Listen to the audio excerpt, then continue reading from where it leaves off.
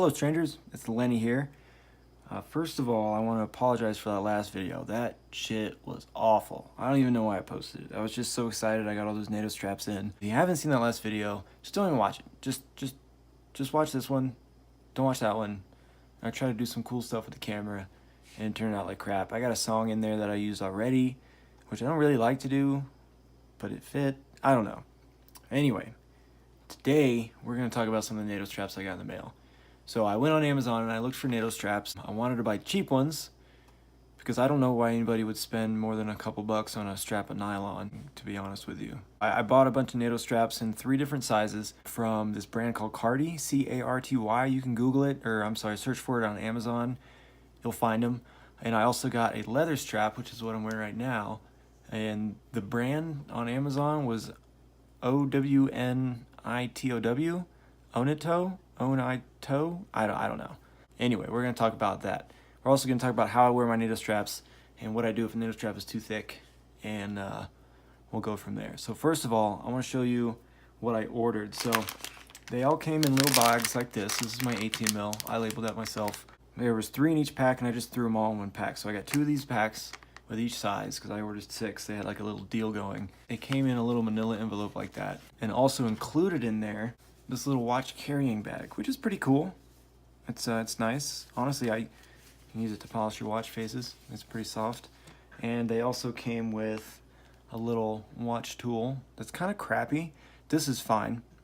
I mean, it's just a thing of metal, good for doing adjustments and stuff. This is obviously a spring bar tool, but it's so wide. Look at that. I can't use it for anything. Maybe the SKX, maybe, but I don't know. It's still handy. This is handy. I break these all the time. So that was cool. And they also came with 4 extra string bars in each little pack. So I got 3 different packs of NATO straps. I got 18 mil, I got 20 mil, and these were the same. All the same straps in those, except just different sizes. And I got some 22 mil. And this is the basic style, the ones I got for that. I'm going to show you a few of them on watch straps. So start off with some 18. So this is 18 mil, and it's on my Vostok, my little hand wind jobby. I think it looks pretty cool, the navy blue with a yellow face. Gives it a little classy look. And it also fit, I got a black one, it also fit on my little Timex Explorer. And I think it's just perfect on a Timex Explorer, just perfect. I kind of wish the hardware was the same color as the case, but I really wasn't thinking about this watch when I got it. The reason I got the 18 mil was for a watch that I have coming in pretty soon. By soon, I mean sometime in the middle of next month. I got some 20 mil straps. So I got one on my Luke. I'm not really sure how to say it. I think it goes with that very nicely. It's very classy looking for that face. This is a hand wind, one-hand watch, and I love it. It's so thin and light. But I wear this like on the weekends and stuff where I'm not really worried about what time it is, because you can still get an accurate time off those little hash marks there. But for just quick glances, it's just for estimating. But you get used to reading it after a while.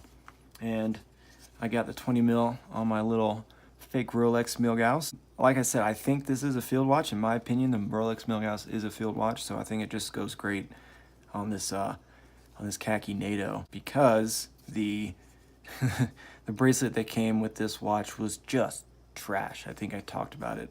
If you haven't seen the review for this one, check it out. Some people seem to like it. So I got a pack of 22 mil straps because I've always wanted the OG NATO to throw on my SKX. But the first OG NATO that I bought, I ordered a 22 and they sent me an 18. That was Cincy Strap Co., I think is what their name is. Terrible website. They had low quality straps. They sent me the wrong one. I sent them an email and nobody ever got back to me. So hey, so much there for the free advertising. But oh man, I think this just looks great on the OG NATO. Okay, so I want to talk to you about 2 things when it comes to NATO straps. First of all, if you're going to travel with a watch and you don't have like a watch case or one of those cool little bags, this is a great way to travel with your watch on a NATO strap, because you can cover both the crystals, right? If it's got a back crystal, of course, it's already going to be covered. And if you want to throw it in your pocket because you got another watch and you're wearing one, because I always take 2 watches with me wherever I go because I'm kind of a nerd, just feed it through there, just like that. Feed it around back, and boom, it's protected. Nice little shock resistant covering for the front and the back of the watch. That just slips right in your pocket. So this is a Neff watch that I got at Ross. It's very cheap, but I think it looks cool, kind of retro, and it goes great on this strap. I think it looks pretty good. So I wore this today for about half a day, and then I had to conduct some interviews and appointments, so I threw on my Timex chronograph, and I put my leather strap on there, and I think it just looks great. It just looks great. If you did watch the other video, you saw me take this strap and cut off the extra part because it just sits really thick. It's a very cheap leather strap. It's actual leather of super low quality. So what I did was, it was sitting so thick with a double layer of leather that I've pulled this up and just snipped it off and threw that away. And now it's just, now they call this style a Zulu, the one pass through. Some places call it a Zulu. Some people still call it NATO, just single pass, but I don't really care about what it's called. It's just NATO either way. But I think it looks pretty good on here. And it looks great with this watch. It's like it was built for it. So there are a bunch of different ways to wear a NATO strap, and there are 2 ways that I wear it. There's so many different ways. People get all complicated and crazy, and if you want to look up different ways to do it, more than just what I'm going to talk about right now, there's a bunch of different resources out there. The Urban Gentry has a great video on NATO straps. I don't think he'd ever like my channel because I talk about fake watches, and he hates fake watches. Most people into watches just hate fake watches. I don't care. You know my motto, wear what you like. So this is a normal way to wear a NATO strap with the hardware at the 12 o'clock, just like that, right? So if you've never worn a NATO strap, you take your watch, right? You take the long tongue and you feed it in through the 12 o'clock and out through the 6 o'clock.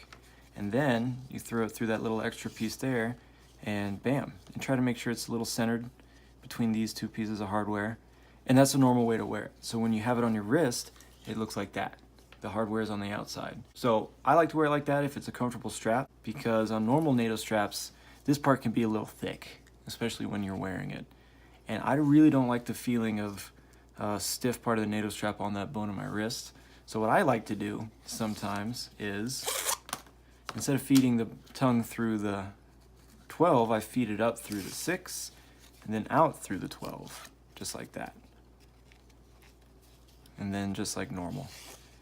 So now you're gonna wear it like that, and I'll show you that in a second.